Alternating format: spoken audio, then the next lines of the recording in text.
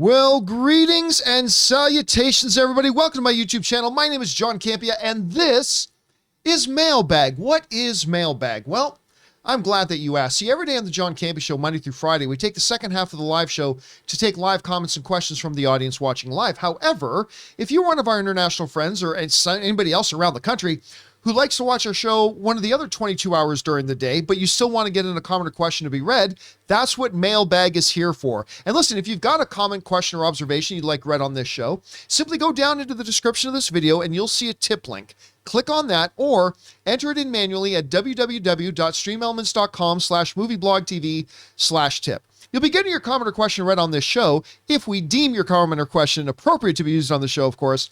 And of course, you'll be supporting the channel at the same time. And all of us involved with the John Campea Show, thank you guys so very much for your support. And on this episode of Mailbag, I'm joined by Robert Meyer Burnett. Robert, how you doing today, sir? John, I'm doing well. I love doing these mailbags. I love hearing from the viewers, answering their questions. They always have funny things that I think about later. They often do. A lot of stuff we reflect back on and talk about again later. And anyway, guys, let's not waste any time and jump right into it, shall we? We're going to start getting caught up here with Christian, who tipped in like $50. Sent in a $50 tip. Thank you, Christian, for supporting Christian. our Thank channel on so that much. level. And he writes in one of three. Greetings, John, and ye merry crew.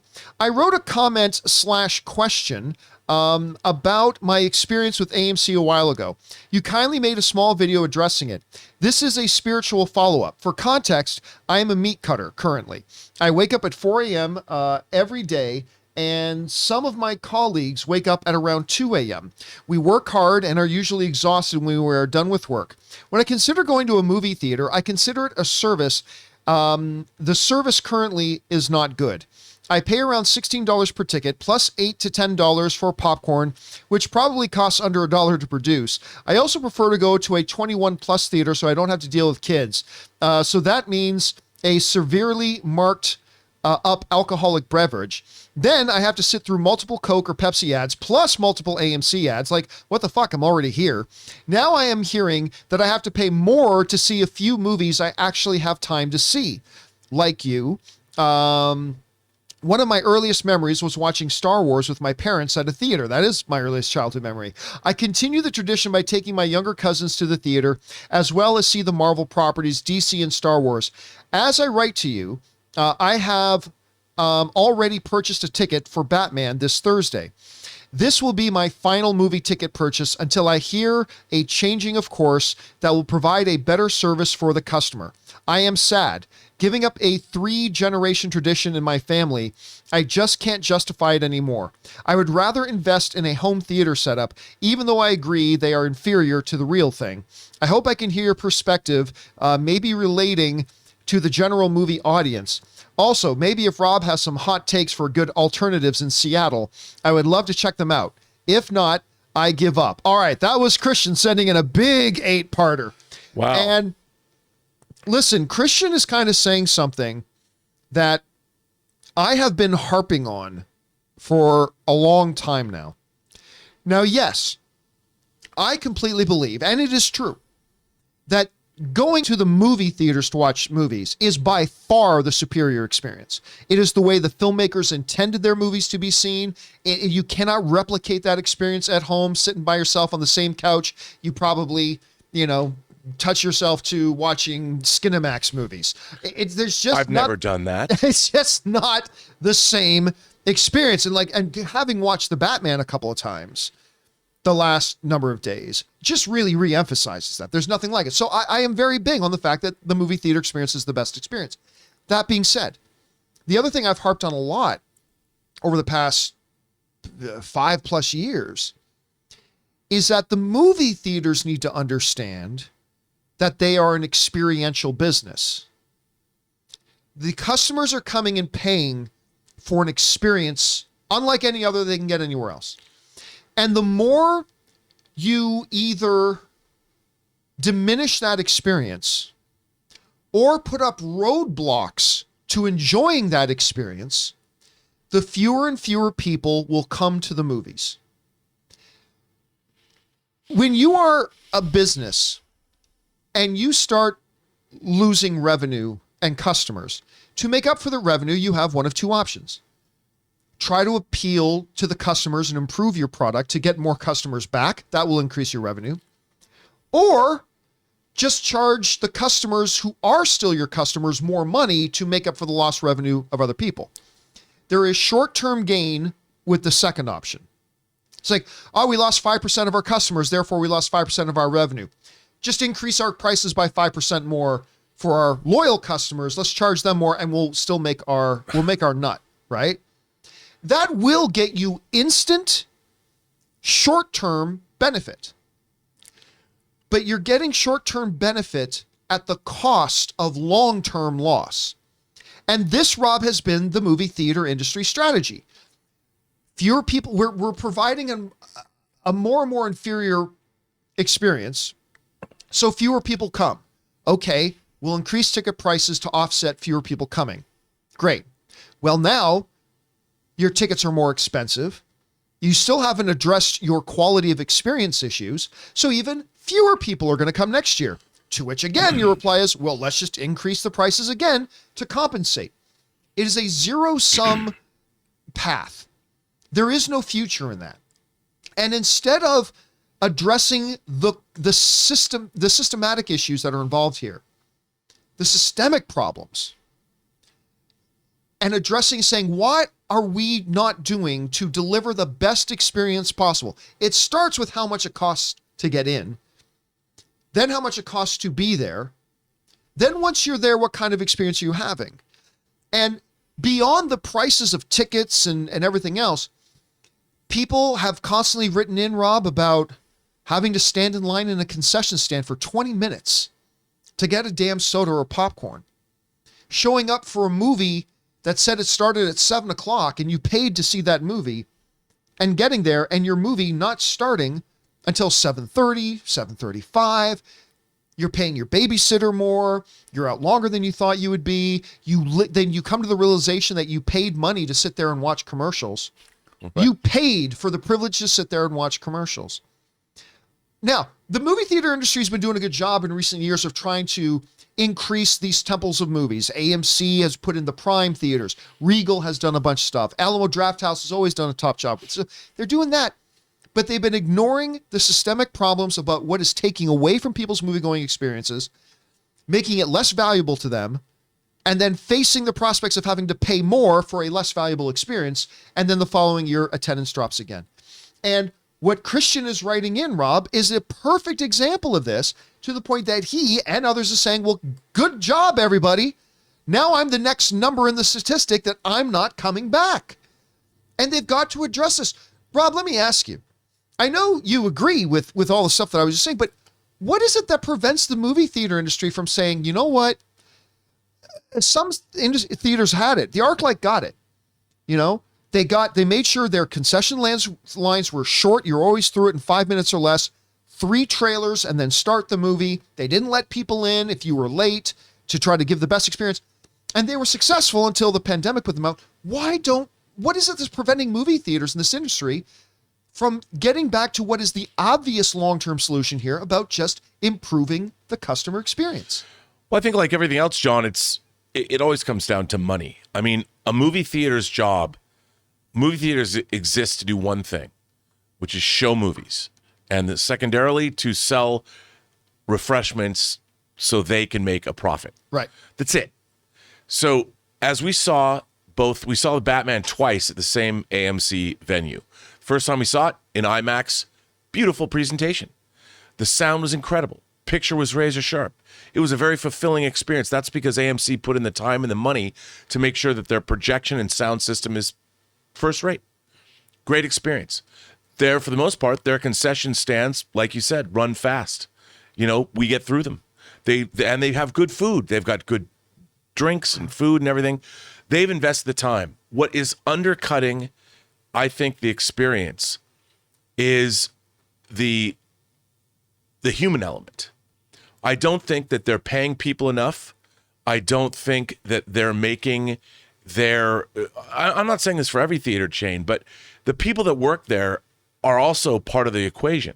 And you've got to make sure that you're paying a competitive wage and you're getting good people. I mean, I understand movie theaters are an entry-level position. I get that. But they're still a part of your experience. And I think in the long run, you have to invest the money. Everybody wants short-term gain. And we're talking about a business that's been around for 100 years plus. And there is no short-term gain here. They spent $5 billion on AMC theaters to up their game in terms of presentation. And it worked. Yeah. Like you talk about, hey, look, you go to that, it's your favorite theater. That AMC Dolby Cinema, they partnered up with an external company, Dolby. Those theaters are great. Remarkable. Favorite experience. That's the best way to see a film. They've already done that, and not a lot of theaters have. There's a lot of bad projection out there still. And then you've got to, they have good people at AMC. I always have a great experience going to your favorite theater. And it's because they've taken the time and they've made the effort to hire good people, have good refreshments, good presentation. That's all they have to do. That's the only thing that they have to do. And when they don't, they can use gimmicks all they want. When this guy comes in and says, we're going to up the ticket price. And if you're not providing me another anything more, why would you do that? Yeah. For short-term gain? This is the problem with all of America. Everyone is only thinking about the next fiscal quarter. What we want is movie theaters to be a long-standing, enduring business. And in order to do that, you can't chase short-term gain. You have to make sure that the customer experience is good today, tomorrow, next year, 5 years from now. That's the only way. We talked about last week on the show that Cineworld in the UK just did something they called Cineworld Day. Where, now granted, this is an extreme example, but, where they charged for one day, I believe it was one day, it might have been two, but I think it was for one day, they charged $4 a ticket. Right? $4 a ticket. Now, that's an extreme case, but still, they had their biggest day of business in the history of the company. That includes days that Endgame came out. That includes days that Star Wars came out. They had their single biggest attendance day in their history, which shows the audience wants to go to the movies. If you just stop putting up barriers to keep them from coming. I'm not saying, obviously they're going to go out of business if they just charge $4 a ticket moving forward. But it shows that there is a direct connection between how much you are charging people for this experience, but not doing anything to add to the experience. As a matter of fact, you're taking away from the experience. 30 minutes of previews, 30 minutes of commercials, having to stand in line at a concession stand, 15, 20, 25 minutes. There was this one time I got in line, and it was at AMC, as a matter of fact. I got in line for a hot dog. Ann and I got to the theater 15 minutes before the showtime, and there were still the trailers. I missed the first 5 minutes of the movie. I mean, they got to work on this. Anyway, you can go off on this all day, but I think, John, feel free, Christian. Your point you make, though, if they did that once a month, if theater chains did that once a month and had $4 Fridays or something, not Fridays because the movie opens, $4 Wednesdays or whatever, you get people into those AMC theaters in those Dolby cinemas for $4. The refreshments can stay the same. You give people a great experience once a month. You make that money, and you get them to love the experience again, to forget what they were missing. Yeah, and they'll come back more often. And they'll come back more often. All right, thanks a lot for writing that in, Christian. All right, next up, we go to Rogue 3, who writes, the Raiders Movie Club was so damn good. Thank you for that. Don't forget, the new movie club is tomorrow. That's Tuesday, March the 8th at 4 p.m. Pacific Standard Time when we are doing The Dark Knight. We hope you'll join us for that. The Raiders Movie Club was so damn good. Keep them coming. During it, Rob mentioned that The Right Stuff was one of his favorite movies. Me too. Is there any chance you guys could do a Right Stuff movie club? Sam Shepard equals legend. I'll be honest with you. I don't know that I see us doing a Right Stuff movie club. Even I, John. It's one of my 10 favorite movies of all time. I would say probably not. I would love to do it only because most of our audience have not seen that movie. Yeah. Nor would they have the attachment to it. It's about the dawn of the American space program, the Mercury 7 astronauts. It's really good. It's such a great movie. And it's 3 hours and 15 minutes long. So, I forgot that. Yeah. And there are some movies that I think that while they are wonderful, I don't think they serve our movie club for our audience. Right. But I want to thank you, viewer, because I love hearing you say that. All right, next up. We've got Garden Variety Vagabond who writes, John and Rob, I see so much hand-wringing about bringing over certain actors into the MCU from Netflix. I understand the question of storylines, but not actors. What is intrinsic difference with recasting now versus the Hulk and Rhodey? Well, I think the big fundamental difference is this. There have been many times when they're rebooting a character or something because the previous iteration didn't work, or the previous iteration didn't get the business they were hoping it would get, or the attention that it would get, or so on and so forth.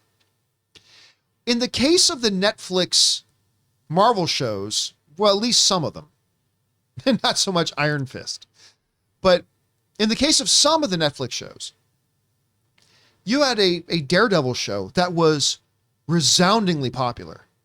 Not just in terms of a lot of eyeballs watched it, but the people who watched it loved it. And it was really good, genuinely good. And it was really damn good. And so, look, right now, the reality is, Rob, we do not know what Kevin Feige is doing with this. There is a difference of opinion out there. I personally believe like the Kingpin and the Daredevil we see are not the exact same people that we saw in the Netflix iteration, that they are very close versions of them, but not the exact same. But I may be wrong. We may find out from Kevin Feige that they are indeed, even though Vincent D'Onofrio pointed out several of the obvious differences between the Netflix Kingpin and him, but still, it is possible they can go that way. But regardless, let's assume for a second that they're not. Well, then bringing back Charlie Cox as Daredevil, instead of just recasting it as a full-blown reboot, it does two things. One, it plays into the multiverse stuff that Marvel has been playing up, so it's totally consistent with their whole concept of multiverse.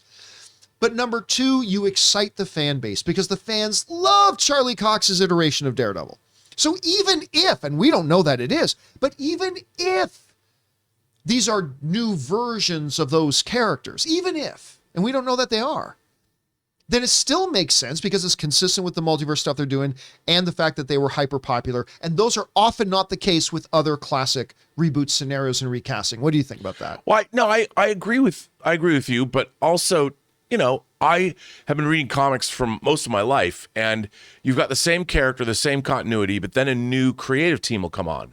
Right. A new writer, a new artist, and they'll take the character in a different direction. Now, that character is still the same character.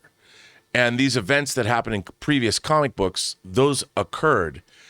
But you want to have the writing team and the new creative team, the writers and the artists, the freedom to create their own news stories as well. Now, I think in the case of these Marvel shows, if you bring these characters over, the real question is, does the Marvel Cinematic Universe as a whole now support the history of Daredevil as we watched it on Netflix? Is the hand in the MCU going to be the same hand that we saw on the show? Is Elektra going to be the same Elektra? Because when you bring over Daredevil, does that mean Elektra and Karen Page and Foggy, all those people? In particular, those versions of Elektra, Karen Page, and Foggy. Absolutely. Yeah. Do they come too? And if they don't, then it can start to get a little strange. So it's not just that you're bringing those characters over, you're bringing all of their baggage, you're bringing all of their mythology as well.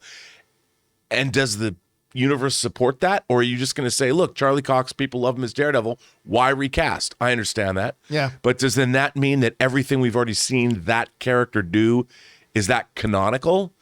Does he know Elektra, or does the MCU want to retell these stories in their own fashion? Right. It does give you, it offers you the option, if you're Kevin Feige, a best of both worlds. Yeah. You get the popularity of it, but you also get the creative freedom to retell your own version of it. But again, we don't know that that's what they're doing. No. They very well could be the same Kingpin and the same Daredevil. We'll find out. Okay. Anyway, good question, man. Next up, Jacob Bells writes, not sure of you or Rob's opinion on the best live action Bruce Wayne, but do you believe Bales gets disrespected because of appearance? Say we took Affleck's appearance and combined it with Bale's performance. Who would you prefer? Weird hypothetical. I'll be honest with you, Jacob, I have no idea what it is you're asking. I have never once heard any disrespect of Christian Bale's Batman. Well, period. But any disrespect of Christian Bale's Batman because of appearance? Yeah, that he's too good looking or blonde, or But he looks like but Patrick he's not Bateman from blonde, but American Psycho. What? You know, what? Yeah, what- I honestly don't I mean, know I what. would say I think I know what he's getting at. Like Ben Affleck's Bruce Wayne looks more comic accurate. You know, I think because he's bigger, he has more of a rectangular face. You know, he's got that comics lantern jawed look. So even when I look at Bruce Wayne, I love when he's wearing the blue undershirt and the 3-piece suit, the vest. Right. Yeah, looks great. Looks great. He looks like.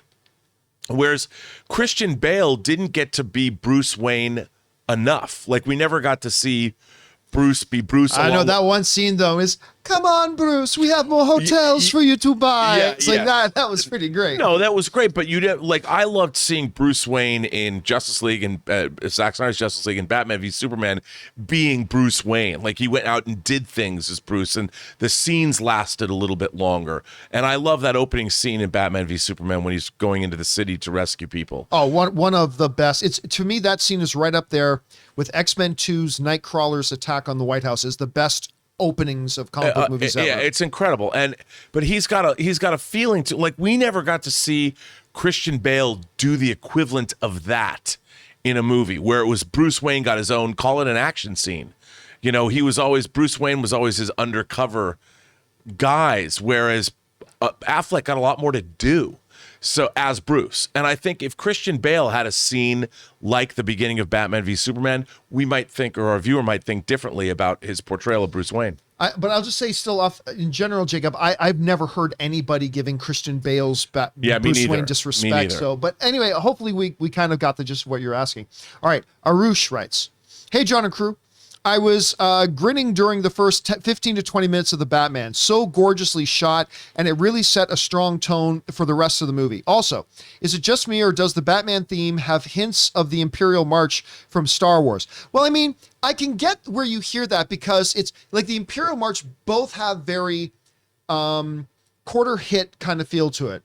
Bum, bum, bum, bum, bum, bum, bum, bum, bum. Like very singular one-shot notes, whereas you, Batman, bum, bum, bum, bum, bum, bum, bum. So there's a similarity there, but not really overall. Yeah. And speaking of it being beautifully shot, I don't know if you heard this. Matt Reeves sent out a letter on Warner Brothers letterhead to all the movie theaters that were showing the That's Batman. very Did you see Stanley this? Kubrick. No, but I haven't. But And this will speak to your heart. And he basically wrote, and I'm paraphrasing here because I can't remember word for word, but basically in the letter, and some people took pictures of it and put them on social media. It's basically, hey, you know, we worked a long time shooting, getting the look of this film that we really wanted. Please make sure your projectors are set to X number of lumens or whatever it was. He said, we worked hard to calibrate this film for a very specific look. Please make sure you're honest, because I know one of your big pet peeves of the movie theater experience is when theaters cheap out and dim the bulbs, try to make them last longer. and this movie would suffer the most. So badly. I mean, they played with the darkness so well in this film, and if you dim those bulbs, and I get it, that's another thing movie theaters do. They're trying to save money because those bulbs are expensive. Their projector bulbs are expensive, but they have one job. You know, you make sure that you don't skimp or scrimp or whatever you want to call it on those bulbs, man. Yeah, especially in Batman. Yeah, and I kudos to Matt Reeves because Stanley Kubrick did that. You know, he had control over the theaters. The showtimes had to be approved by him, and I love that Matt Reeves did that. I had not read that. I didn't know that. Very Good cool. for him. All right, next up, we've got, you'll hate me for this, writes, Frodo.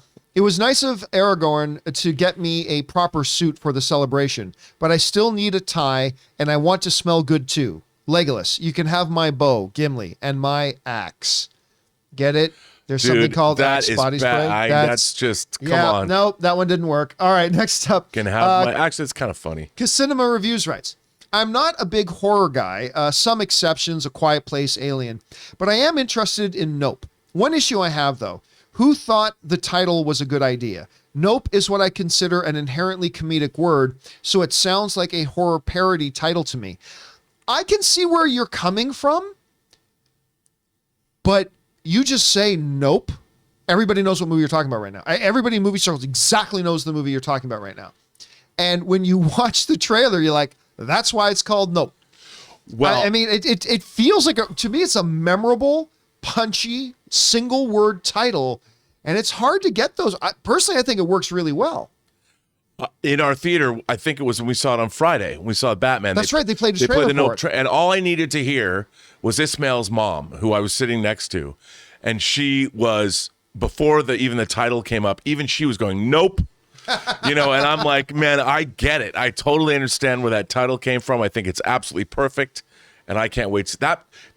That trailer's bonkers. Yeah, that's a really good trailer. And it's like crazy. Like I hope I don't know if it's about aliens. The one sheet was there with all the horses being sucked up into I don't know what that's about. It looks like it's about aliens.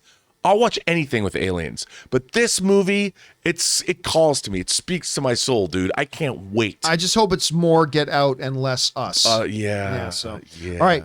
Chloe Fanning writes, seeing as Stephanie Myers did not use vampire lore in Twilight, well, she did use some vampire lore, but then she took some creative liberties with other. Yeah. I wonder if she used the Watchers in the Book of Enoch instead of her vampires for the people seen them as the shiny people, basically making her vampires children of fallen angels. I'll be honest with you, I have no idea what Chloe. Is the Book of Enoch, is that a part of the is that another YA novel? No, is that a gospel thing? I don't think so. No. I don't know. Or is that part of... sorry, Chloe. I'm not quite sure what it is you're asking. Sorry about that. All right. Jay Chicago writes, hey guys, my question is, now that you've seen the Batman and Spider-Man in No Way Home, between the two styles, which kind of superhero movie do you prefer? There's no such thing. It's not a matter of, I prefer the style of dark and gritty, or I prefer the style of super exciting and thrilling. Look, movies pick a style that fits their story. And then it's all about how good do you do your story. It's just simple as that. Like for me, I preferred the Batman over Spider-Man No Way Home. Well, then that means you prefer dark and gritty. No, because I still think the greatest comic book movie ever made is the first Avengers movie. Well, then that means you prefer the exciting, fun, but it's got to be the subject matter coupled with the approach to the subject matter. Yes. Like if Matt Reeves had made Spider-Man No Way Home and shot it and made it feel exactly like the Batman, it would not have been a successful Spider-Man movie because you don't want to see dark and gritty. Spider-Man's not a dark and gritty character. You can make a dark and gritty Spider-Man movie, but you can't shoot it like the Batman was. Just like you couldn't then turn around to make the Batman work. I guess you could because we saw Batman and Robin, but look at how that came out. Yeah. If you made it, you have to make sure that the subject matter and the tone fit together. Yeah. And so no tone works better. It's like saying what color is best. Well, it depends on the application of the color. It's a look, when you're making a souffle, you have to make sure all the ingredients work or they deflate. The bottom line here, Jay, is that both movies are great. Now, and I did prefer the Batman slightly, but that does not mean I prefer dark and gritty over fun and thrilling and exciting. It's just what is the total package, I suppose. That's it. All right, thanks for writing that in, man. All right. Cryo writes, hey, John, my most anticipated movie of this year is Avatar 2. I love the first one and cannot wait to see what James Cameron does with the sequels. Are you looking forward to Avatar 2? And were you a fan of the first one? Thanks. Love the show. Yeah, I was a fan of the first one. Me too. Did I think it should win Best Picture at the Academy Awards? No. But did I think it was an excellent film? Yes. It was a wonderful movie-going experience. And seeing how, let's face it, James Cameron doesn't lose. He just doesn't. I mean, everything the guy does.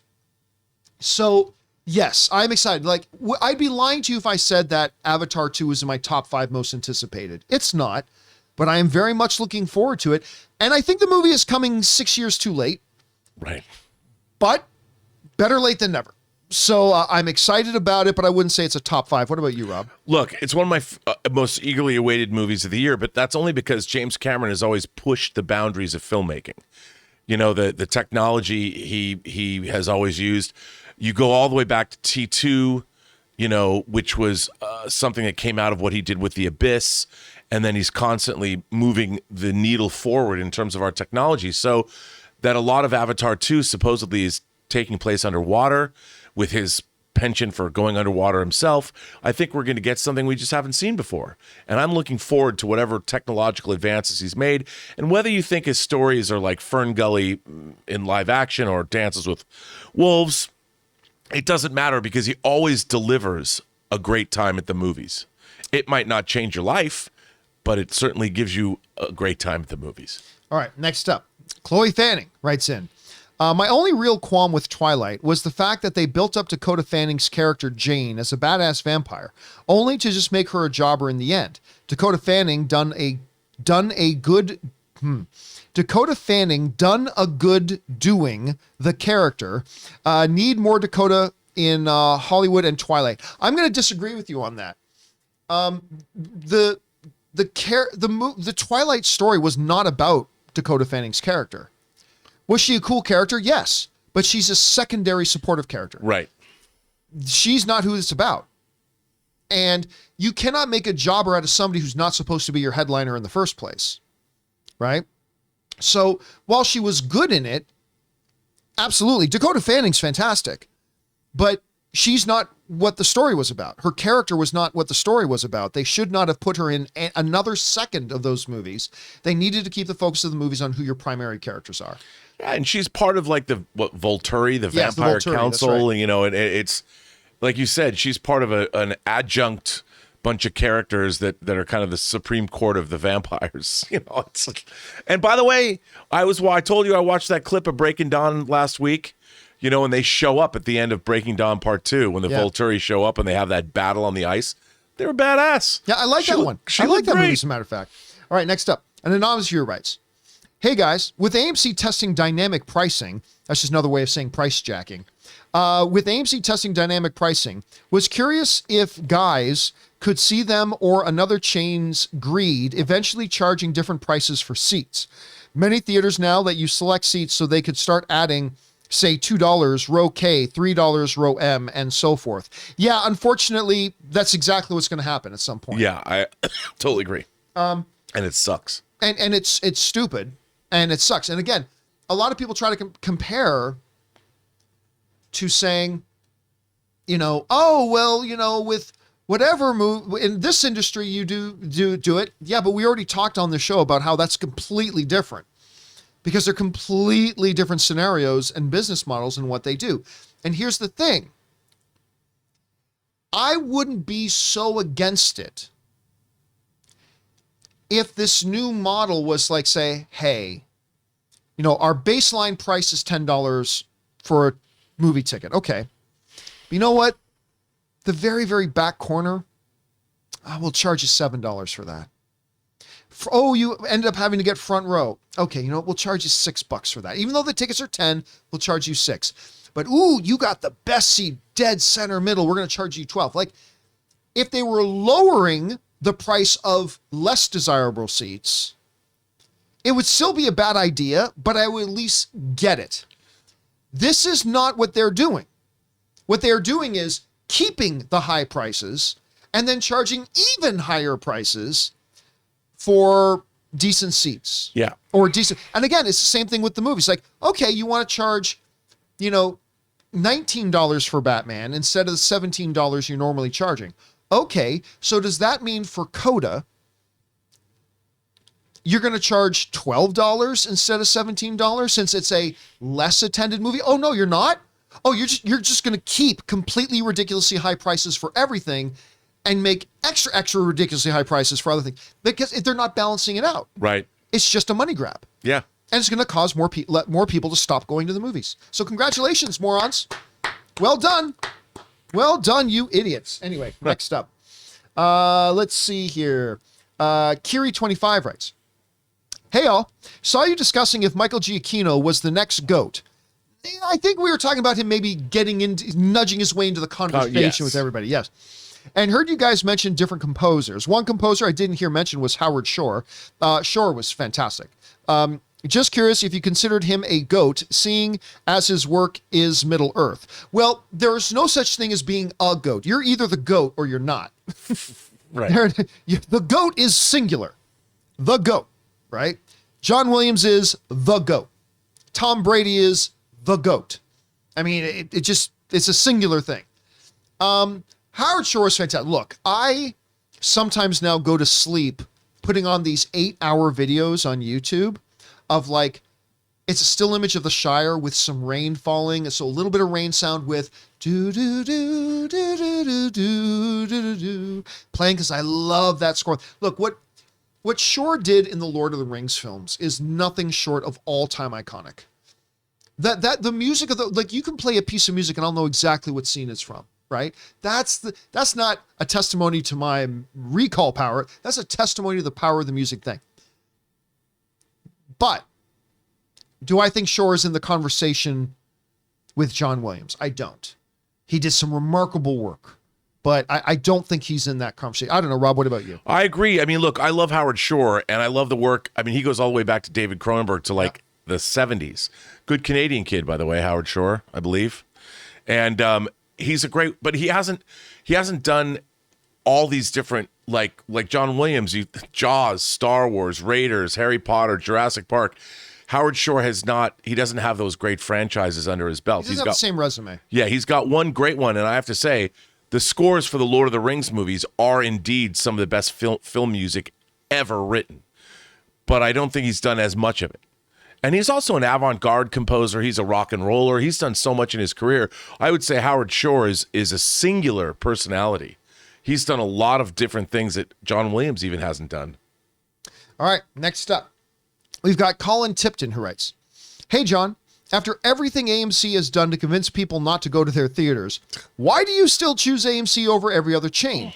Wouldn't it make sense to support Cinemark, Regal, or any other theater chain instead? Thanks." All right, that's a fair question. There's two primary reasons.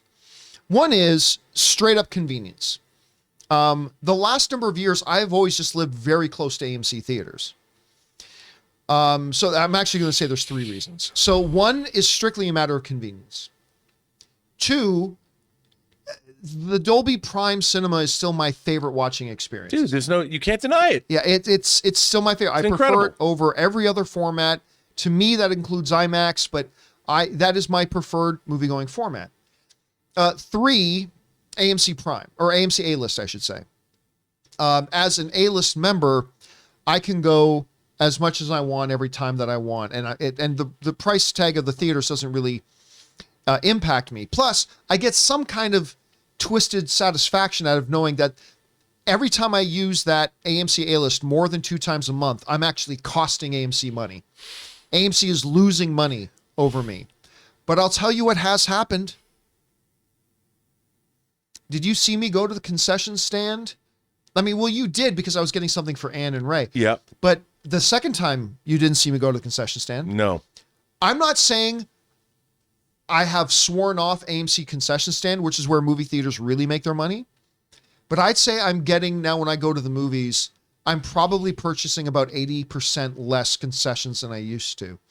And a part of that is specifically me. I'm not calling for a boycott. Boycotts are stupid when it comes to movie theaters and whatever. But I've made a choice for myself that I don't want to support this theater chain. And so I just won't get the delicious buttery popcorn nearly as much as I used to. I just won't get those delicious ice cream sandwiches that I like to get with the chocolate chip cookies on the outside. I won't get their artisan flatbread pizza. I'm not going to get that stuff. Once in a while, if I go to the theater, I'm pretty hungry, I'll still grab one. But it used to be I would walk in, and a part of my mentality was, even if I was only a little snacky, you know what? I am going to get a popcorn and maybe some Reese's Pieces, because I also want to support the theater. Yeah, I don't do that anymore. So if I can keep taking advantage of them by using A-List, and I get my preferred viewing experience, because they, listen, if I'm going to knock them for the things they're doing badly, I'm going to credit them for the things they do right. Sure. And their AMC Prime is a fabulous movie-going experience. But it's all three combined. It's the fact that it's convenient, it's the higher quality theater, and I get to take advantage of them because of the thing, and I'm just going to choose to not support them in other ways. But that's why. Because Rob, you've always had favorite theaters, but also it all partially has to do with also location and how close it is, right? Yeah, I mean, it's obvious you want to go to your most convenient theaters. I mean, I'm moving to a place that has a theater chain that I've never gone to before. I don't know the name of it. It starts with an H. I think. Oh, I'm not familiar with that. Yeah, and apparently the theater is really, really good. The theater chain's really, and I'm like, I'll be the judge of Maybe that. we'll run into them at CinemaCon. Yes. Maybe we'll go, and I will go talk to them. But it's all about location, but it's all, for me, John, it's always presentation. Yeah, presentation's top. All right, next up. Nate Dogg writes, did you know there's a university in Japan that offers a master's degree in ninja skills, also known as ninjutsu? I saw it on NPR. It's not too late, Rob, to become a real bona fide ninja. Something to think about. Actually, that's been around for ages, I think, if I'm not mistaken. Dude, now that I'm getting older in life, why not become a ninja now? Yeah. I mean, there's no reason. I think that it's never too late to reinvent yourself. Absolutely agree. I'm looking into it. Nate Dogg also writes, one of my favorite intros is The Big Lebowski. I love Sam Elliott's narration. His narration of that is great. By the way, that dude hasn't aged. No. I love Sam Elliott's narration and the dude buying an 89-cent carton of milk with a check while wearing his bathrobe. It tells you everything you need to know about the movie in the first 5 minutes. The Big Lebowski is one of those movies that I just find almost everybody agrees on. Dude. It's not everybody's favorite movie, but I don't personally, and I'm only speaking for I'm sure there are many people who don't, but I don't personally know anybody that does not like The Big Lebowski. How can you not like it? I mean, whether it's your taste or not, it's still a wildly entertaining time at the movies. Yeah, it's so good. All right, next up. We got an anonymous viewer who writes, when you read this, I will probably have seen The Batman. Hope you have. But I won't go see it at an AMC. Why should I when Magine or Cinemark can have my business? Thank you, Adam Aaron. I got a B- in Econ 101 last semester, but even I know this is bad business. Of course, this is referring to a story we covered this week about how AMC CEO and chief clown car driver, Adam Aaron, is, can you tell I don't like, I mean, look, to be fair, I don't know Adam Aaron personally. For all I know, he might be the nicest guy in the world. And maybe I wish he was my next door neighbor, but I just do not like the job. I think he's done a terrible job. No, more than terrible. He's been doing an industry destructive job being the CEO of AMC Theaters. I just have to say to all of our viewers, if you didn't get a chance to see John Campea's rant about Adam Aaron and AMC, please, it's on this channel. It was singled out. There's a piece. Look it up. It is worth your time. I was here live, and I'm glad when on my deathbed, when my life flashes before my eyes, it's going to stop on John's rant about AMC, and it was glorious. With any movie I hate the worst in the world, I would never look at the director and say, I could do a better job than he did. No, I couldn't. I don't like the job Bob Chapek is doing running Disney. I'm a fool if I would say I could do a better job than him. I probably couldn't. I will say I could do a better job running AMC Theaters than Adam Aaron. That's saying a lot. I agree with you. I think you absolutely could. But, I mean, this is exactly what we're talking about. Now we've got a viewer writing in saying, hi. Of course, this is connected to a story that Adam Aaron announced that they are going to be charging more for tickets for the Batman than for any other movie in the theater. Again, they're not lowering the prices on other movies. They're still keeping them at ridiculously high prices, historic high prices. They're just going to add even more onto the Batman. And it's going to be a lot of people say, well, I was going to go see it, but it comes out on HBO Max in 42 days now. I guess I can wait. Or people like Anonymous here saying, and I just realized it's Anonymous. Maybe Campea wrote that himself. No, I didn't. Anonymous, I've got messages from a lot of people saying, I'm just going to pick another theater and go to. And good on them. I mean, it serves them right. Anyway, next up, The Canon writes, 1 of 5. Regarding the Oscars adding most popular movie, I was with you with my initial reaction. However, over time, I realized it really goes back to what you believe the Oscars' purpose is. If you believe it is strictly to recognize achievement in the art of filmmaking, then yes, a lot of proposed changes seem to fight the core identity of the award. But if you see the purpose as celebrating the movie industry as a whole, then I think there is room for growth. I did a complete 180 because I started watching the Oscars in 2014 and always saw it as a celebration of the movie industry. So I can see a fan engagement as having the legs to run in the box office as achievement in the industry.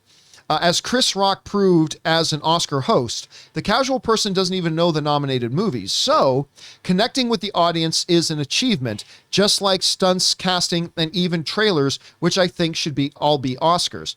Lastly, regarding the Oscars, as long as there is a network involved, they will be focused on numbers. Charge everyone to attend and use that money to produce and stream the ceremony. No quotas needed. Do they value substance over prestige? All right, thanks a lot for sending in your thoughts there, Cannon. But I have to say, I 1,000% disagree with everything you just said, and I'll tell you why. Let me just start with one minor thing you mentioned. Like, you think trailers should be an Oscar. Every category in the Oscar is about the movie and something that went into making the movie. Costume design, the writing, the cinematography, the direction, the acting, the visual effects.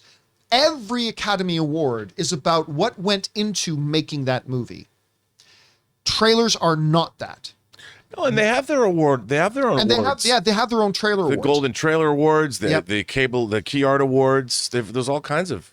And 9 times out of 10, the people who make the trailers literally had nothing to do with the movie whatsoever. No, it's advertising. It's marketing. It's a whole different thing. So take that out of it.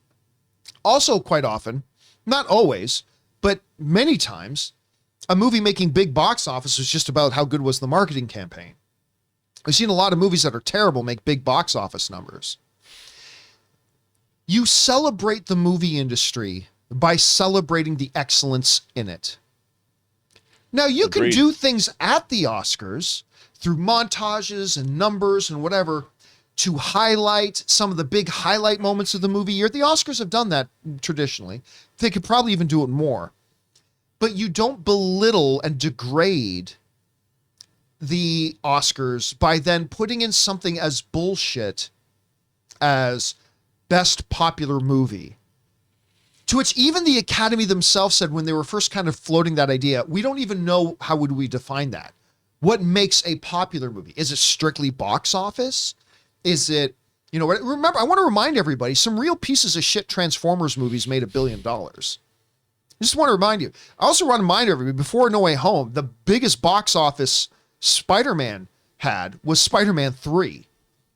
So, no, you celebrate the movies by celebrating excellence in the movies.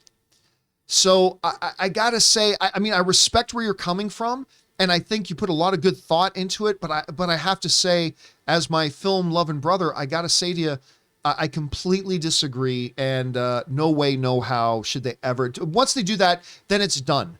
The Oscars are done once you do that. Then it's the MTV Movie Awards. Right. That's all it is after. I don't know, Rob, what's your take? I know, I completely agree. I mean, ultimately, you have to celebrate the excellence of the art of filmmaking. And, a trailer, all a trailer is doing is taking pieces of a film and putting them together in such a way as to market that movie.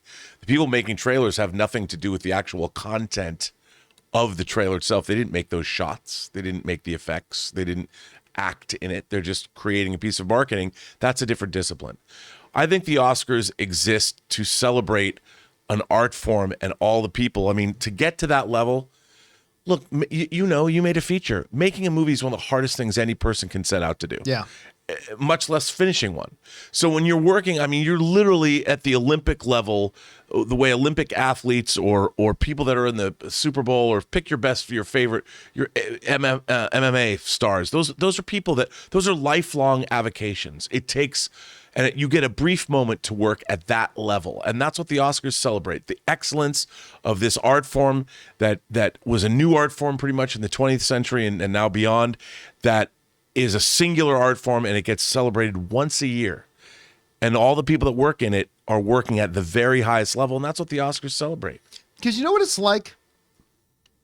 Let's bring up the Olympics for a second. In the Olympics, they give out medals to people who are the best. You came in first, you get the gold. You came in second, you get the silver. You came in third, you medal, you get a third place thing. It'd be like saying that with the Olympics, well, this one long jumper for Portugal super cutie, has like 2 million followers on Instagram. They should have a medal at the Olympics for most social media followers. So, okay, she came in 8th in what I say was a category, long jump. Okay, she came in 8th in long jump, but yeah, so she's not that good, but she has so many social media followings. Let's give her a gold medal for most social media followers Olympian. Yeah! You know what else it's like? You just brought up MMA. They have the stupidest thing in the UFC right now that I bet they regret. It's called the BMF title, the baddest motherfucker title. Oh. And they totally made it up because Nick Diaz was fighting. Oh, why am I freezing suddenly on his name? He was just in the main event against Colby Covington. Whatever. Damn it, what is his name? Jorge Masvidal. Okay. So they had this fight between Nate Diaz and Jorge Masvidal, who, quite frankly, neither one of them are excellent. They're both above average, and they're both exciting, and they're both crowd favorites, and they put on entertaining, exciting fights, but neither one of them are truly elite level fighters. Like, neither of them are. But they're popular, and they are entertaining fighters, so they had a fight made up, and they said, yeah, well, this is for who's the baddest motherfucker. And so then they made up this belt. They even made a belt. And Dwayne "The Rock" Johnson brought it into the ring. He did. Dwayne Johnson brought the belt into the ring, and then he was going to put it on whoever won the match, and Jorge Masvidal beat. It was a great fight. It was a very, very entertaining fight. Jorge Masvidal they made him the BMF champion, but he's not a champion. Everybody knows he's not a champion. He was given title shots, and he lost every time. He's not a champion. And that's kind of what that whole thing about, let's give her gold medal for best hair. Yay! But she's a long jumper, and she didn't do well enough to win in the long jump. Yeah, but let's give her a medal anyway. That's what creating a best popular movie. It's like, yeah, the movie's not actually good enough to win a real award. So let's make one up for it. You're the BMF of movies this year. Yay! It's pointless and it's empty, and it turns into the MTV Movie Awards. Yep. All right. Next up.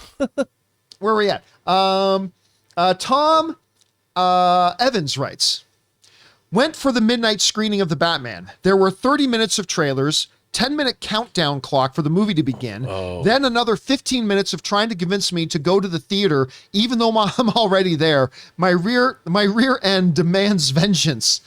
Again, they have to start understanding that the customer's movie-going experience starts the moment they walk in the door. And that, I don't have my phone on me. I wish I did. Soul went to go watch it yesterday, and he texted me at like 1:35. He goes, I'm still waiting for the Batman to start. The showtime was 1 o'clock. These theaters have to understand the experience starts the moment you walk in the door. And with a 3-hour movie, you add a half an hour onto that. Movie. I mean, or even more than a half hour. That's a lot to ask of your audience. I absolutely That's agree. not respecting them. You're right. It's disrespecting your audience. All right, next up. We've got Andy who writes, March 9th is the Disney Investor Day. Are you going to do a special live stream for that like you did with the 2020 Disney Investor Day? No, because that Disney Investor Day was a very unique Disney Investor Day. The Disney Investor Day had never been like that before, and as far as I understand, neither is this one. This is going to be a standard Investor Day. Okay. I believe. Now, I could be wrong about that, but I have not heard, like, leading up to that Investor Day, Disney was sending out publicity emails and letting people know and blah, blah. None of that is there. I think it's just a standard Investor Day. So I could be wrong. I'm just saying I have not seen any of the things that are denoting it as anything special like they did for that last one in 2020. So I'm not expecting anything significant coming out of that. All right, next up. An anonymous viewer writes, I sent a message the other day on Mailbag about my buddy who passed away. I just bought his ticket for the Batman. Oh, that's sweet. Oh, yeah.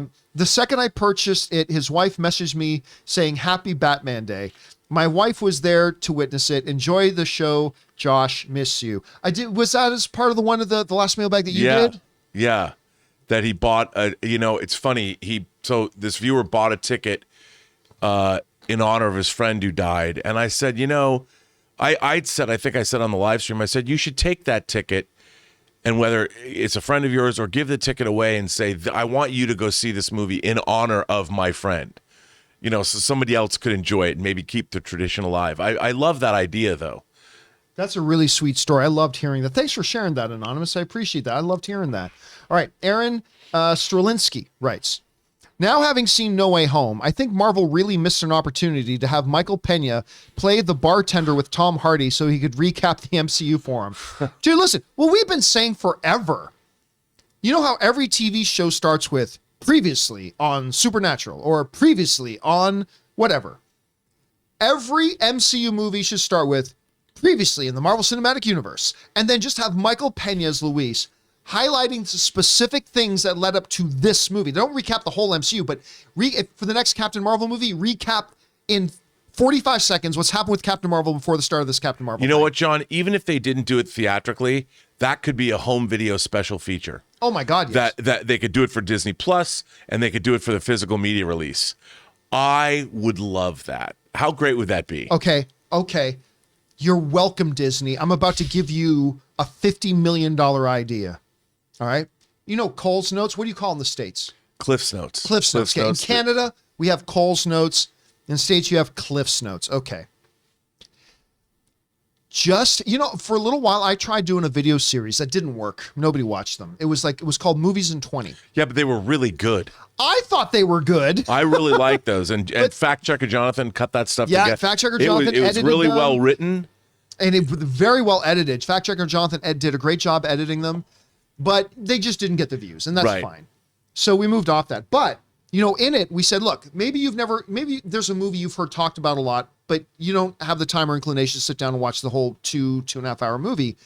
I'm going to give you everything you need to know in 20 minutes. Do you know that you've been ripped off? Really? That there's a number of now channels that's all they do. They'll give you movie recaps in 10 or 20 minutes. Well, I mean, I can't say they ripped me off because I personally ripped the idea off from Comics Explained.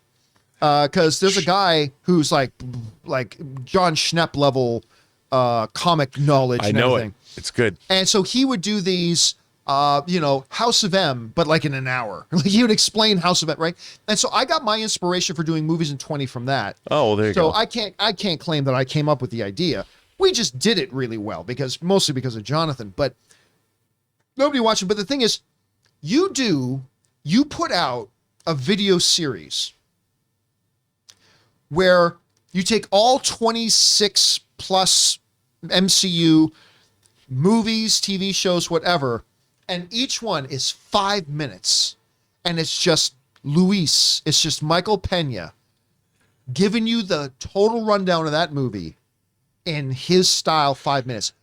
You put that on Disney Plus and you charge $1. I'd watch the shit out of that. Dude, I would watch the shit out of that. I think they should just do that. And they should do it for every Marvel film and just have it. Don't charge more. It's new content. Sure. And do it and you could even everyone's seen the MCU movies and make it a release like once a week. It'll cost them nothing. You need But you know what you got to do? You need somebody to write it well. Yeah. And then you need Michael Pena for like 2 days to record the thing. Then it's just all about an editor. Editing together. You put that on Disney Plus, I guarantee you it becomes the number one watch thing on Disney Plus the week you release that. But you know what? It should also, each one has to be in a different location. Like he's sitting in a different cafe or a different place. And like you have his friends there. And hey, did you hear about what happened to Tony Stark? Or what? And then if you could, like you work it out where you get Scarlett Johansson or Robert Downey Jr. or Chris Evans, like when he's recapping a conversation, like let's say you're doing Age of Ultron. That's the one where I think Chris Evans, they're on Clint's farm and Tony and Cap have that argument and Cap rips the log in half as they're arguing. But you get them to come back for it and have Chris Evans act, because they did this in the movies, act like the way with Michael Pena's voice. And so Cap said to Tony Stark, yo man, you really started getting on my nerves. And then we have Chris Evans doing that and then have Robert Downey Jr. I'm telling you, this would be gold for them. Absolute gold. That would be. Who wouldn't watch that? I would watch that. I would watch the hell out of that. Anyway, Disney, you're welcome. Luis narrates the MCU. Oh my God, it would be so good. I'm surprised they haven't done more with that. I am shocked. I don't know what they're thinking. that they haven't capitalized on this. The popularity of Michael Pena in that role and what he can do and the life he brings to that, it's totally unlike any other character in the MCU. It's gold. They should absolutely do that. Anyway, all right, let's keep going on here. Next up, JC writes, now that you've seen the Batman and Spider-Man No Way Home, if you had to choose which comic book movie style, which would you choose? Thanks. I think that was already asked. Right? Wasn't that already asked? Like even just a little bit earlier? Yeah. Okay, yeah. So yeah, I think we got to that one already, JC. All right, next up. Gregory Barrett writes, hey, John and Rob, recently saw Spider-Man No Way Home for a third time. Nice. I realized, what was Doctor Strange doing after he yelled at the kids and went upstairs? Taking a nap?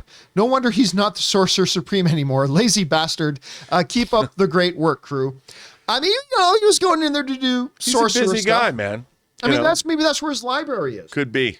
Practicing. He's going up there practicing, learning, trying to figure out some spell to help Spider-Man. I think that's what he was doing, Gregory. All right. Next up, Nias writes, hey, Campea crew. Hello there, Nias. I was wondering, with the tone of the Batman and grounded layout, this could be a good opportunity to bring in some lesser-known villains like Professor Pig. I think with the way he's written, he could be really scary in the movie. Thoughts? Maybe. I mean, they kind of did Pig in Gotham. Right. And you know what? Actually, out of all the bad things that Gotham did, Pig wasn't handled all that badly, actually. No. But that's not a marquee. I mean, remember, a lot of these villains have been in pop culture for decades. And you have a character that people don't recognize. Who's the villain? Yeah. Or, I mean, if you really want to go with that, you can just create a new villain for the movie. Right.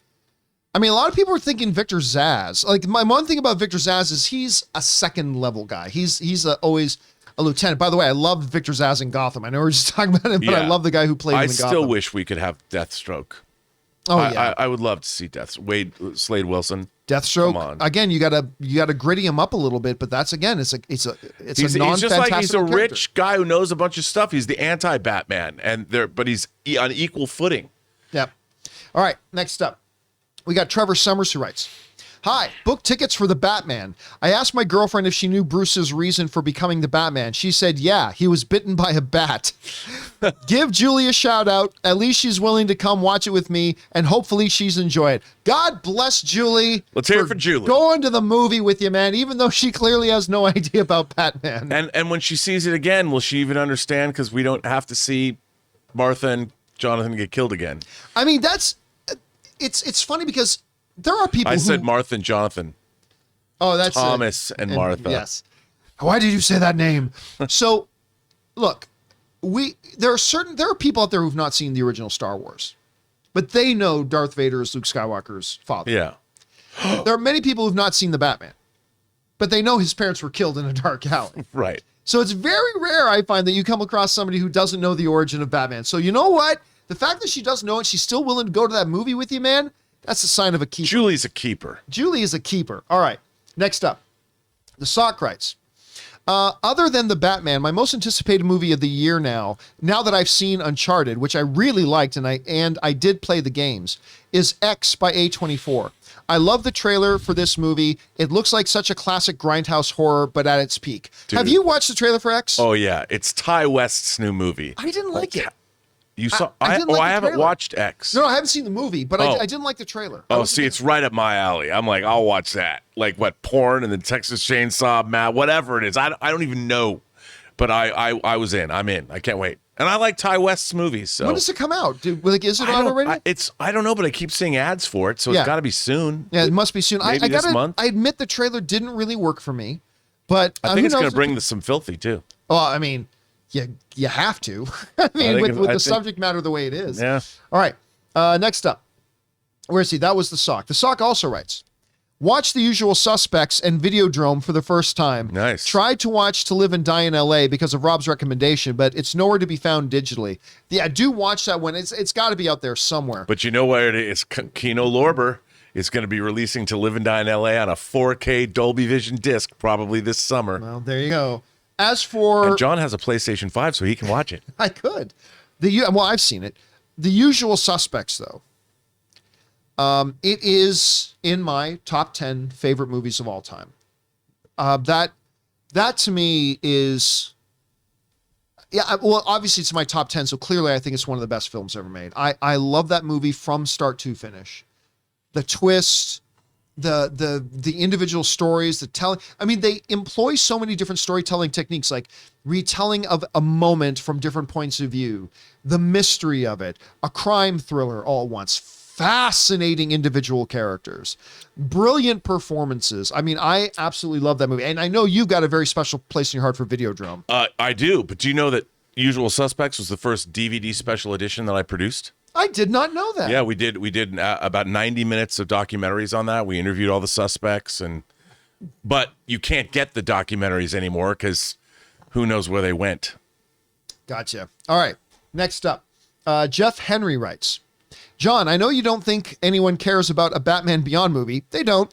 But in my opinion, if DC could kill Bruce Wayne in a sequel or trilogy, it graduates a young Batman apprentice into the real deal, and boom, you have a DCEU Batman just tossing ideas. Yeah, a Batman that nobody will care about. This very, very small fragment of people who know about the character and care about the character, and it is make no mistake, it is a small segment of people. And nobody else will care. Yeah, but here's the thing. The great thing about Batman Beyond is Bruce Wayne is a main character. He's just too old to be the Batman. He's too old. So he has a young apprentice. Instead of Robin, he's got Terry McGinnis. See, this is the thing, but it's not even remotely Batman. It's Iron Man. Batman Beyond is really teenage Iron Man. That's really what he is. He isn't anything like the real Batman. Yeah, and it's set in the future. Yeah. It's set in the future. So it's wherever Batman is, wherever you want to call him, it's like 40 years later. He's like 80 or something, and he can't be. All I know is that it had so few people watching it that it was canceled after 3 seasons. And nobody outside of these little circles knows it, talks about it, cares about it. They want the Batman we just saw in movie theaters this weekend. But again, like I've been saying lately, like I've been dead right for the last 10 years that it ain't happening. But now, 10 years later, with Spider-Man Into the Spider-Verse happening, and there's a lot of connective similarities between the Batman Beyond situation and that. True. If that worked, I got to believe that somebody at Warner Brothers is kind of keeping an eye on the property, thinking, you know what? If they could make the Miles Morales thing over there work with Spider-Man Into the Spider-Verse, there might be something we can do with a Batman Beyond. Yeah. And I think it, again, I've said it before, I will say it again, I think it is more likely today than it has ever been in the past. Whether or not they pull the trigger on it, we'll find out. All right, thanks for writing that in, Jeff. All right, next up. Victor writes, regarding movie ticket prices, here in Sweden, tickets for the Batman cost roughly $17 for regular screenings and $24 for IMAX. It's kind of similar to what it is here in LA. Yeah. I remember the good times when tickets barely cost $10. Also, I didn't know our biggest theater chain is owned by AMC. Well, I mean, AMC is the biggest theater chain in the world, not just North America, in the world. Dude, you know you're getting older when? I remember in Canada, Famous Players, that was the name. There used to be, when I was a kid, 2 major theater chains. There was Cineplex Odeon, and Famous Players. And I remember, and eventually they merged to become Cineplex, just one big thing. But I remember Famous Players had $2 Tuesdays. And I remember going to Lime Ridge Mall on Hamilton Mountain when I was a kid, went on $2 Tuesday. It was $2. Everybody went to the movies on $2 Tuesdays. So you remember when they were like under $10? I remember $2. I mean, I don't remember regular price tickets for $2, but I remember $2 Tuesdays. I don't know. Did you guys ever have that in the States? Like $2 Tuesdays? There were 2. I don't know if you call it that, but there were discount days where they had that. They even had that in LA for a while. There were some theaters. Sometimes they were second run theaters, like that one theater that's on the corner of Fairfax and Beverly. That's not there anymore. They had like $2 days.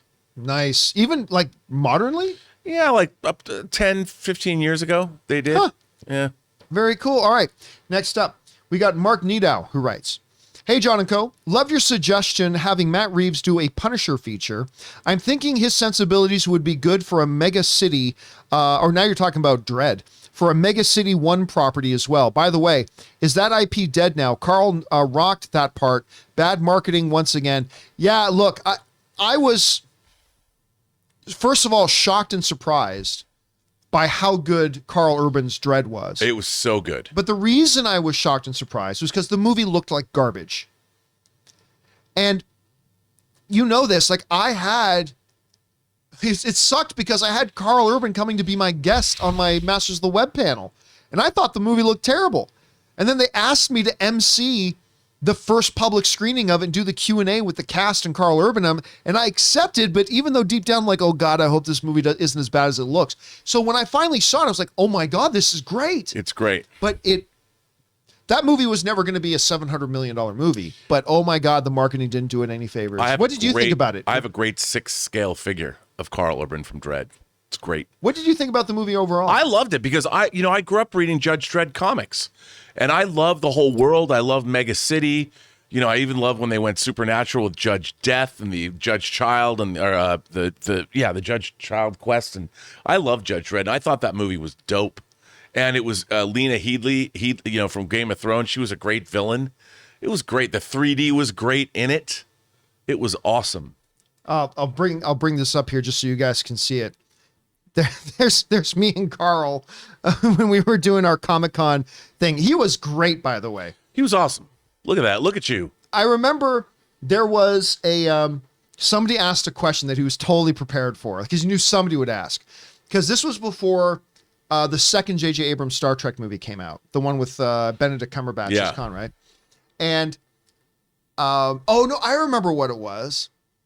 That's what this was. He grabbed me before we started the panel and he said, look, before anybody in the audience asks, because you knew 100 people were going to ask in the audience, ask me who Benedict Cumberbatch is playing in the new Star Trek. I'm like, all right.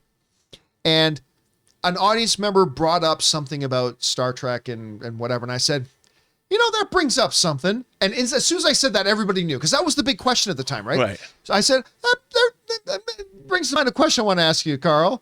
And everybody starts laughing. I'm like, so, hey, Karl. He goes, yes, John. Who's Benedict Cumberbatch playing in Star Trek? I said, JJ had a feeling somebody would ask me that.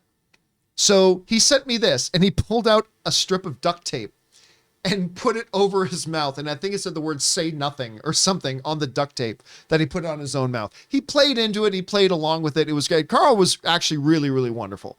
And then I got to do the Q&A with him at the Dredd screening later that night. He was super awesome. Like really, really cool guy. I absolutely love him. I love him in The Boys. My God, how good is he in The Boys? I have a 6 scale figure of him in The Boys. Really? Yeah, the Butcher is the little Butcher. He comes with a little baby that has the laser comes out of his eyes? Light up eyes. All right, let's keep going here. Next up, we've got Ethan Holgate, who writes, 1 of 5.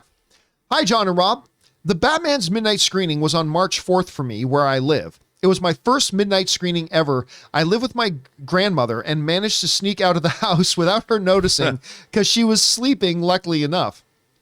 She probably wouldn't have minded, but I prefer not to tell her because to her, that's really late and I probably would have gotten a lecture. LOL.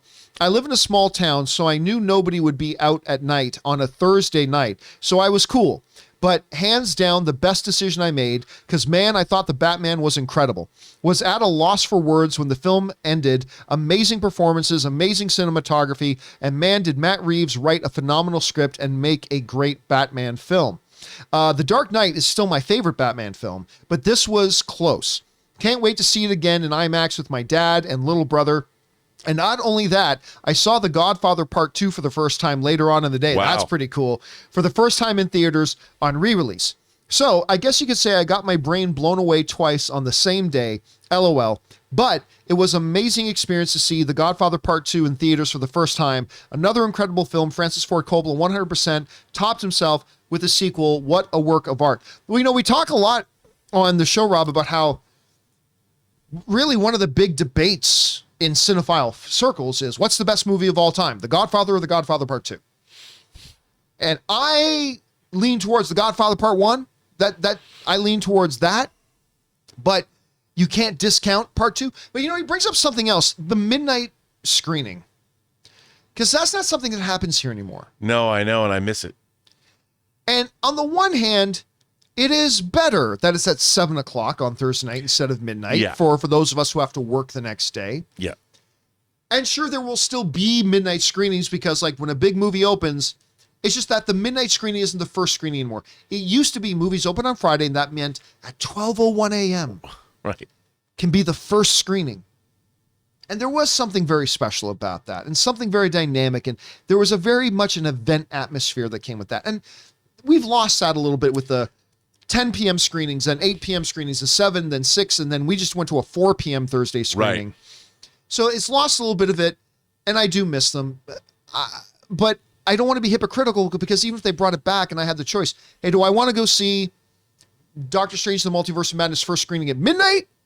Or do I want to go see it at 7 p.m.?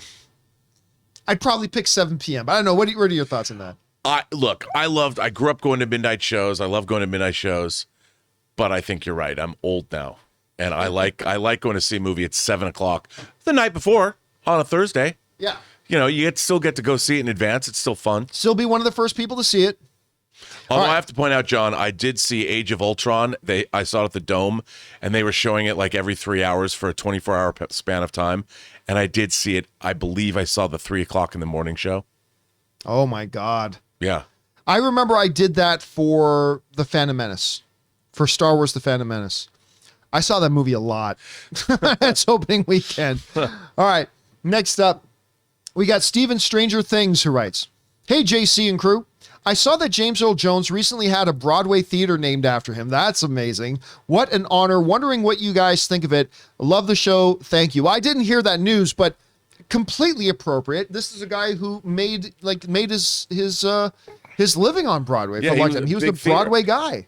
And look, still to this day, one of my very favorite YouTube videos ever is the Vader sessions, where they took James Earl Jones performances from movies other than Star Wars and put lines of dialogue from those movies in Darth Vader's mouth. Oh my God. It is one of the, I'm going to take you on a date. I'm going to take you out. It's baseball, Ray. It's so, if you haven't seen the Vader sessions on YouTube, look it up. It's still one of the great videos ever on YouTube. It's awesome. All right, let's see here. Next up, we've got Justin Holcomb, who writes, "What's the difference between Batman and Riddler? Aside from the fact that Riddler is actually removing some of the worst criminals Gotham has to offer." You know what, Justin? We cannot answer that question because it would require us to go into details about the movie, so we're not going to do that. By the way, I should mention here, some of you guys might notice that you submitted questions and we are not reading them. I don't know what made you guys think we were going to read major spoiler questions that you guys sent in. There were about 6 or 7 questions I had to remove. And I hope you guys understand, because you guys know who you are.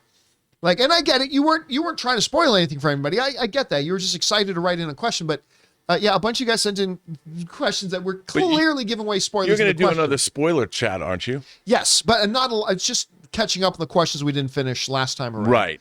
But I was just thinking you could add those questions into your spoiler chat. No, because I can't give myself the job administratively of combing through this list of literally hundreds and hundreds of things. Yeah, and bad then picking idea. things out and editing them into that document and then doing that. No, it's too much. No, it's too much. I can't do it, unfortunately. But yeah, so obviously, Justin, we can't answer that question, unfortunately. All right. Last question we're going to cover today comes to us from Scott Brown, one of 2, who writes, "I'm a lifelong diehard Batman fan, and it's the best Batman movie ever. And Pattinson is the best Batman ever. I loved everything about this movie. It feels like the Batman movie I've been waiting for my whole life, from the score to the cinematography. The way it was shot, it felt so personal, unlike any other comic movie I've seen. It feels like you're there with Bruce the whole time and understand him. To me, this movie is a masterpiece, right up there with Man of Steel, just a perfect Batman movie." Rob, when we came out of seeing the Batman for the first time, the first comment I made was, this is not a perfect movie. It's not even a perfect comic book movie, but to me, it was a perfect Batman movie. And that will all depend on your individual background with the Batman character and which stories spoke to you the best. But for me, I know I had never felt like Batman was literally jumping off the comic book page right into the movie the way that this movie was. And maybe there would be other people who didn't have that same experience as I did, because maybe there were other more fantastical elements of the Batman stories that appealed to them more. But for me, this was the Batman I was weaned on. That when I read in the books of the comics and I'm reading Batman, this was that Batman to me. And to me, it was not a perfect movie, but a perfect Batman movie to me. And that's how, Rob, you've seen it now a couple of times. How do you reflect on it?